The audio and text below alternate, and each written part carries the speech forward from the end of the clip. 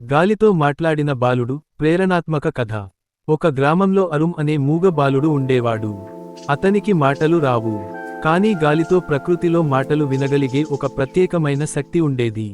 ఊళ్ళో వారు నవ్వేవాళ్ళు, గాలి ఎప్పుడైనా మనుషులతో మాట్లాడుతుందా అని. కాని అరుమ్ పీపల్ చెట్టు కింద కూర్చొని మూసిన కళ్లతో వినేవాడు. అతనికి తెలియని రహస్యాలు గాలి చెప్పేదట. అతడు గాలి తీసుకువచ్చే సందేశాలను గమనించేవాడు, పక్షుల పయనం, ఆకస్మిక మార్పులు, ప్రకృతిలోని సంకేతాలు. ఒక వేసవి రాత్రి ఆకాశం స్పష్టంగా ఉండగా గాలి మాత్రం కాస్త తక్కువగా ఊదటం మొదలుపెట్టింది. అరుమ్ అర్థం చేసుకున్నాడు, జలప్రళయం రాబోతోంది అని. అతడు ఊరంతా పరిగెత్తాడు, కొండ మీదికి వెళ్లాలని సూచించాడు.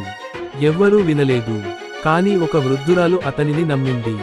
పిల్లలు, తల్లులు నెమ్మదిగా ఆమెను అనుసరించారు.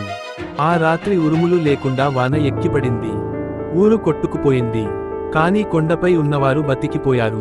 ఆ తర్వాత నుండి వాళ్ళు అరుమ్ని గౌరవించసాగారు. పీపల్ చెట్టు దగ్గర గాలితో మాట్లాడే బాలుడి స్మృతి కోసం ఒక విండ్ చైమ్ ఉంచారు.